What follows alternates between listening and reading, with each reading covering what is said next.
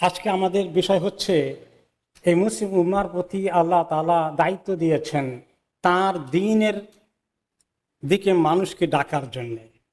যুগে যুগে আল্লাহ তাআলা মানুষকে ডেকেছেন নবী, আম্বিয়া কেরাম, রসুলদেরকে পাঠিয়ে। আখেরি নবী মুহাম্মদ সাল্লাল্লাহু আলাইহি ওয়াসাল্লামকে দুনিয়াতে পাঠিয়ে এরপরে তিনি আর কোনো নবী পাঠাবেন না। কিন্তু এই মানুষগুলোকে যুগ যুগ ধরে কিয়ামত পর্যন্ত দ্বীনের দিকে ডাকার দায়িত্ব আল্লাহ তাআলা এই উম্মতের উপর দান করেছেন, এবং এটি এই উম্মতের উপর ফরজ। যেহেতু আল্লাহ তাআলা আর কোনো রাসূল পাঠাবেন না, এই যে আল্লাহ তাআলা মানুষকে সৃষ্টি করেছেন, জিনকে সৃষ্টি করেছেন একমাত্র আল্লাহ তাআলার ইবাদতের জন্যে, তার উপর ঈমান আনার জন্যে, তার হুকুম মানার জন্যে, তার ইবাদত করার জন্যে, এই খবরটা মানুষকে কে দেবে? কোনো ফেরেশতাকে আল্লাহ তাআলা দায়িত্ব দেননি।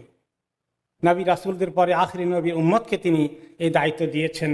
কোরআনে পাকে আল্লাহ তাআলা নবীদের ব্যাপারে এবং তার অনুসারীদের ব্যাপারে রাসূলুল্লাহ সাল্লাল্লাহু আলাইহি ওয়াসাল্লাম বলেছেন, দেখো এইটা আমার রাস্তা, আমি লোকদেরকে ডাকি আল্লাহর দিকে সুস্পষ্ট জ্ঞান অনুযায়ী, ভালো করে ইসলামের জ্ঞান শিখে আমি এবং যারাই আমাকে অনুসরণ করবে সবাই এই কাজ করতে হবে। আমরা সবাই আল্লাহর দিকে মানুষকে ডাকবো। কাজেই এটি একটি বড় মর্যাদার বিষয়। এর চেয়ে ভালো কথা কেউ বলে না যে ব্যক্তি মানুষকে আল্লাহর দিকে ডাকে।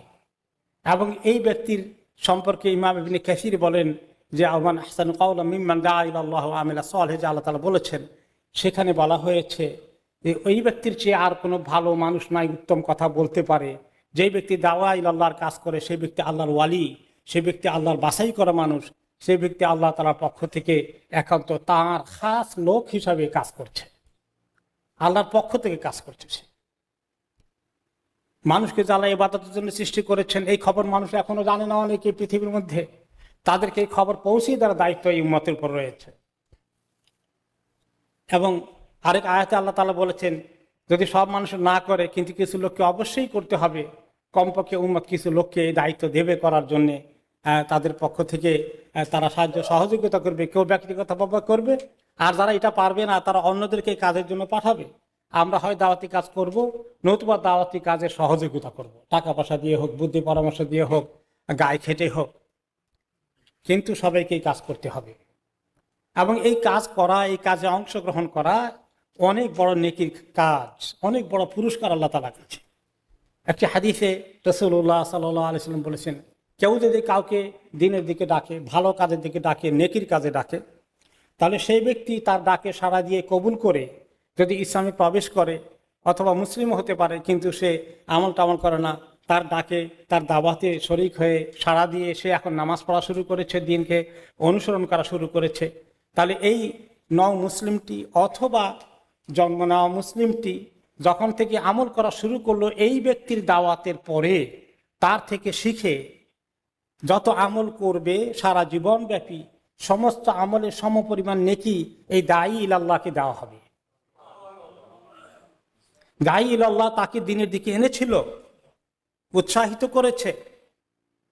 তাহলে আপনি চিন্তা করুন, আপনার নিজের আমল যদি যতটুকুন আছে, এটাকে বাড়ানোর জন্য সবচেয়ে উত্তম তরিকা হচ্ছে অনেক মানুষকে দ্বীনের দিকে নিয়ে আসার কাজ করা। আপনার ডাকে যদি একজন সাড়া দেয়, 5 জন সাড়া দেয়, 10 জন লোক যদি আপনার ডাকে সাড়া দিয়ে তার আমলের মধ্যে ঢুকে, দ্বীনের মধ্যে ঢুকে, তাহলে বলেন দেখি আপনার আমল নামা কি পরিমাণ বেড়ে যাবে? 10 জনের সমপরিমাণ আমল আপনার কাছে চলে আসছে। এত সুযোগ থেকে আমরা কিভাবে নিজেদেরকে বঞ্চিত করব? ঠিক তেমনি আমাদের মধ্যে উল্টো দাওয়াত দেওয়া কিছু লোক আছে।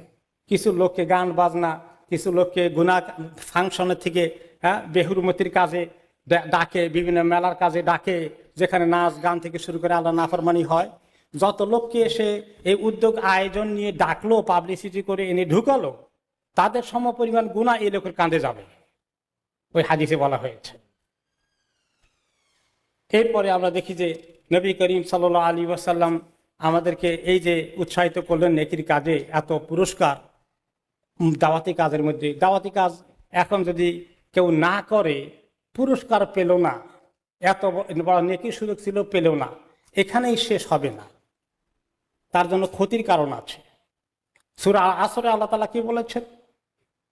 যে সময়ের কসম, সমস্ত মানুষ ক্ষতির মধ্যে আছে, ক্ষতির মধ্যে ডুবে থাকবে যদি না সে নিজে ঈমান ঠিক মতো না আনে এবং নেক আমল না করে এবং হকের দিকে একে অপরকে ডাকাডাকি না করে, উপদেশ না দেয় এবং হকের পথে চলতে গেলে কিছু সবর আছে, কষ্ট আছে, এগুলো না বুঝায়, এই দাওয়াতি কাজ না করে, তাহলে সেও ক্ষতিগ্রস্ত হয়ে যাবে।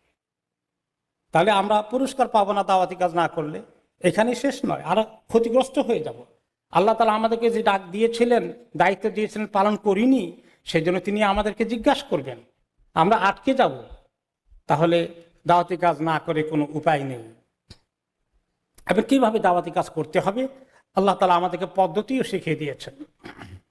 তিনি বলেছেন যে হেকমতের সাথে সুন্দর বুদ্ধিমত্তা প্রয়োগ করে, সুন্দর অবস্থা অনুযায়ী, সব জায়গায় একরকম বক্তৃতা নয়, অবস্থা অনুযায়ী সবসময় কথা বলা নয়, সময় অনুযায়ী, এবং মাওয়াইদা হাসানা, সুন্দর করে মানুষকে কথা বলা, তর্ক বিতর্ক করে, ডিবেট করে বড় ধরনের পরাজিত করে দেওয়ার মধ্যেই মানুষকে কনভিন্স করা যায় না। মানুষের দিলকে আকর্ষণ করার জন্য সুন্দর ভাষায়, নম্র ভাষায়, উত্তম চরিত্র দিয়ে কথা বলতে হয়, উত্তম আচার ব্যবহার দিয়ে কথা বলতে হয়। আল্লাহ তাআলা আমাদেরকে এরকম করে কথা বলার জন্য নির্দেশ দিয়েছেন কোরআনের মধ্যে। লোকদের সঙ্গে তোমরা যখন কথা বলো, সুন্দর ভাষায় কথা বলো, আচার ব্যবহার করো, সুন্দর ভাষায় তোমরা সুন্দর তরিকা আচার ব্যবহার করো। এবং নবী করিম সাল্লাল্লাহু আলাইহি ওয়াসাল্লামকে আল্লাহ তাআলা বলেছেন যে তিনি অত্যন্ত সুন্দর চরিত্রের উপরে তিনি ওনারকে আল্লাহ তাআলা স্থাপন করে দিয়েছেন। ওনার চরিত্র অনেক সুন্দর, ওনার আচার ব্যবহার অনেক সুন্দর, ওনার লেনদেন অনেক সুন্দর। ওনার সঙ্গে কথাবার্তা বলে, ওনার সঙ্গে কোনো লেনদেন করতে মানুষের কোনো কষ্ট হয় না, মানুষ আনন্দিত হয়। এরকম এক্সাম্পল ওনাকে দিয়েছেন যে আপনি উত্তম চরিত্রের উপরে প্রতিষ্ঠিত। তাহলে মানুষ শুধু আমাদের কথা শুনবে না, আমাদের আচার ব্যবহার, আমরা ব্যবসা বাণিজ্য যখন করি, আমি যদি কাস্টমার হই, আমি যদি দোকানদার হই, আমি ক্লায়েন্টের সঙ্গে কিভাবে ব্যবহার করছি, আমি ভদ্রতার আচরণ করি, নম্রতার আচরণ করি, আমি তাকে একটু ভালো তরিকায় ডিল করি, কখনো ঠকাই না লেনদেনের মধ্যে, এগুলো যখন মানুষ দেখে, মানুষ আপনার প্রতি আকৃষ্ট হয়ে পড়ে। এবং এই জন্য আল্লাহ তাআলা আমাদেরকে সুন্দর চরিত্র অংশগ্রহণ নিজের জীবনে গঠন করার জন্য বলেছেন, দোয়া করো ওয়াজআলনা লিল মুত্তাকিনা ইমামা, আল্লাহ আমাদেরকে মুত্তাকিদের জন্য উজ্জ্বল দৃষ্টান্ত বানিয়ে দিন, যে আমাদেরকে দেখলে মানুষ যেন দিনমুখী হয়ে যায়, আমাদের আচার ব্যবহার কথাবার্তা শুনলে যারা তারা দিনের দিকে আকৃষ্ট হয়ে যায়।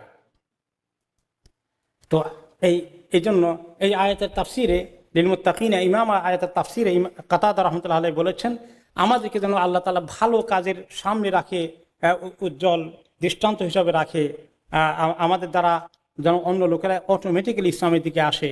হাসানুল বাসরি রহমতুল্লাহ আলাইহি বলেছেন এই আয়াতের তাফসিরে, তুমি যদি চাও তোমার পরিবারের জন্য তুমি ইমাম হয়ে যাও।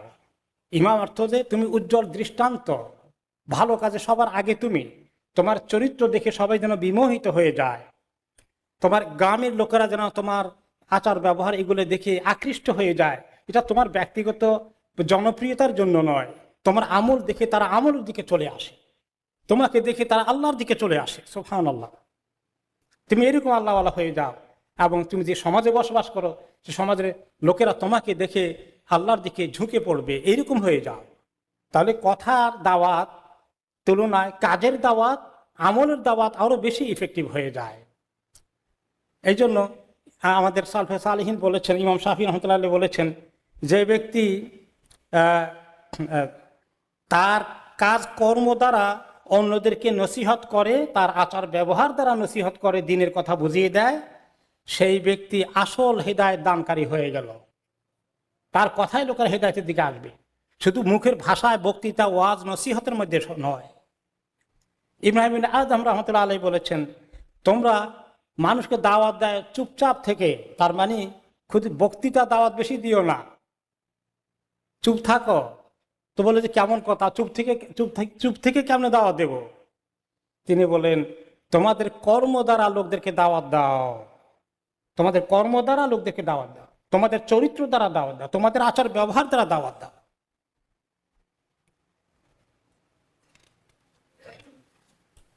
এবং এই জন্যই আল্লাহ তাআলা নবী করিম সাল্লাল্লাহু আলাইহি সাল্লামের শুধু বড় বড় বক্তৃতা শুনে লোকেরা ইসলামের দিকে আসেনি, তাই না?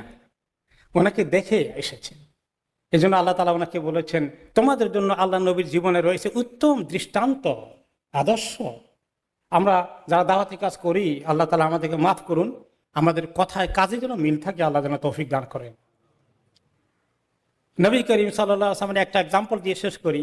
ওনাকে দেখে, ওনার আচার ব্যবহার দেখে কিভাবে উসামা ইবনে আসাল একজন লিডার ছিল নাজদ এলাকার। এক যুদ্ধে সাহাবায়ে কেরাম একটি দল গিয়ে ওনাকে পেয়েছে এবং অ্যারেস্ট করে মদিনায় নিয়ে এসে বন্দি করে রেখেছে। রাসূলুল্লাহ সাল্লাল্লাহু আলাইহি ওয়াসাল্লাম প্রতিদিন তার সঙ্গে প্রথম দিন দেখা হলে যে উসামা কি খবর, কেমন আছো, উসামা তুমি কেমন আছো, এবং তুমি তোমার কোনো খবর আছে, অর্থাৎ ইসলামের দিকে তোমার মন কি ঝুঁকে? তখন সে বলে যে আমার কাছে ভালোই আছে, খারাপ কিছু নাই, আপনাদের বিরুদ্ধে দুশ্মনী কিছু নাই, আপনি মেরে ফেলতে পারেন আমাকে, আর যদি আমাকে না মেরে ছেড়ে দেন তাহলে আমি আপনার অনেক কৃতজ্ঞতা স্বীকার করব। তিনি ছেড়ে দিলেন।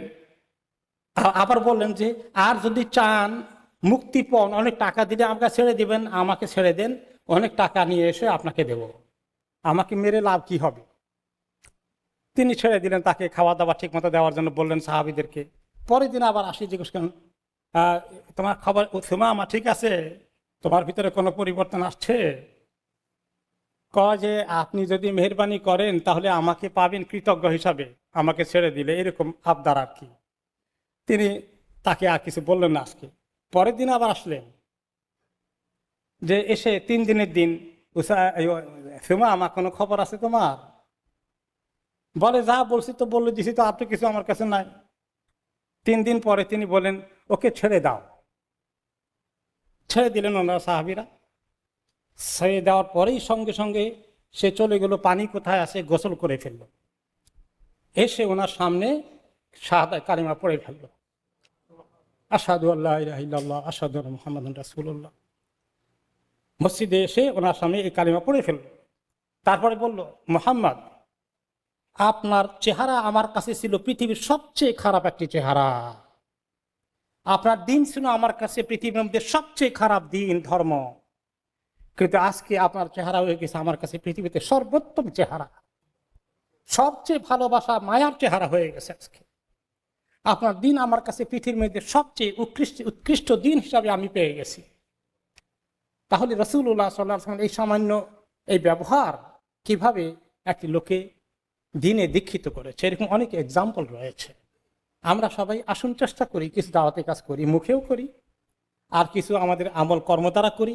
এই বাংলাদেশে, ইন্ডিয়া, পাকিস্তান, ভারতে, ইন্দোনেশিয়া, মালয়েশিয়া উপমহাদেশে, দক্ষিণ পূর্ব এশিয়াতে ইসলাম কাদের দ্বারা প্রচার হয়েছে বেশি? কিছু মোবাল্লিগ এসেছেন। সবচেয়ে বেশি প্রচার হয়েছে মুসলিম ব্যবসায়ীদের দ্বারা, বণিকরা আরব দেশ থেকে এসেছিলেন। তাদের আচার ব্যবহার দেখে দলে দলে ইসলাম কবুল করেছে। আমরা এখানে এসেছি, আমাদের সুযোগ আছে, আমাদেরকে দেখে দেখে তারা ইসলাম কবুল করুক, আমাদের কথা দেখে, কাজ দেখে। এবং আমি আপনাদেরকে বলি, যদিও আমাদের অনেক খারাপ উদাহরণ আছে, আমাদের মধ্যে অনেক ধরনের চরিত্র আছে যেগুলো দেখলে অমুসলিমরা অনেক সময় ঘৃণা করে, এগুলা যেমন আছে, আল্লাহ মাফ করুন আমাদেরকে, প্রতারণা, ঠকানো, জালিয়াতি, অনেক কিছুর মধ্যে মুসলমানরা অনেক ক্ষেত্রে জড়িত হয়ে যায়। কিন্তু কিছু ভালো এক্সাম্পলও আছে। অনেক সময় শাহাদা নিতে আসে, আমরা জিজ্ঞেস করি কোথায় ইসলামের খবর পেলে? যে আমার সহকর্মী ছিল, এত ভালো মানুষ, এত সুন্দর আচার ব্যবহার, রোজা রাখে, একটা পানি গ্লাস খায় না, একটু চা খায় না, সারা দিন উপোস থাকে, আর ব্রেক টাইম হয়ে গেলে নামাজ পড়তে চলে যায়, আর নিজে একা লাঞ্চ করে। আর আমরা তো ঘুরি, কোন মেয়ে কোন ছেলেকে নিয়ে একসঙ্গে লাঞ্চ করব, ওই তালে থাকি। এই তালে তারা নাই। কোন জিনিস তাদেরকে এইভাবে এত সৎ রেখেছে? আমি স্কুলের টিচার, মুসলিম ছাত্রদেরকে দেখি অনেক রেসপেক্ট করে টিচারকে। তারা কি কারণে এটা করে? মুসলিম প্যারেন্টসরা প্যারেন্ট ডেতে এসে টিচারদের সঙ্গে ভালো ব্যবহার করে, সুন্দর ভাষায় কথা বলে, সম্মান করে, যেটা অন্যরা করে না। এগুলো আমাদের মধ্যে আগ্রহ সৃষ্টি করলো। পরে আমরা মুসলিম প্যারেন্টকে জিজ্ঞেস করলাম, আমার কলিগকে বললাম, তখন সে আলোচনা করলো, আমাকে একটা বই দিল, সেভাবে আমি ইসলামে আসলাম। তাহলে মুসলমানদেরকে দেখে কিছু কিছু লোক ইসলাম কবুল করছে এখনো। আমরা সবাই কি এরকম রোল মডেল হতে পারি না?